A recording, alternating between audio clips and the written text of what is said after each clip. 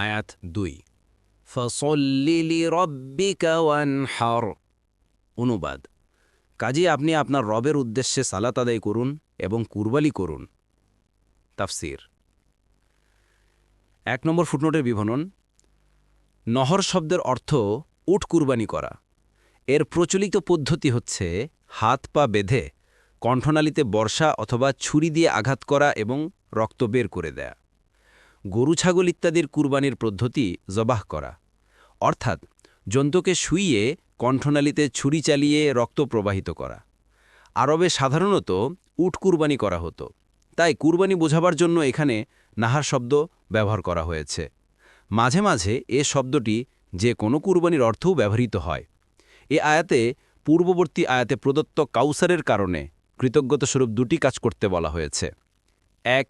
একমাত্র আল্লাহর উদ্দেশ্যে সালাত আদায় করুন, এবং ২ তারই উদ্দেশ্যে কুরবানি করুন এবং জবাহ করুন। আদওয়াউল বায়ান। কেননা সালাত শারীরিক ইবাদতসমূহের মধ্যে সর্ববৃহৎ এবং কুরবানি আর্থিক ইবাদতসমূহের মধ্যে বিশেষ স্বাতন্ত্র্য ও গুরুত্বের অধিকারী। বাদায়ুত তাফসীর।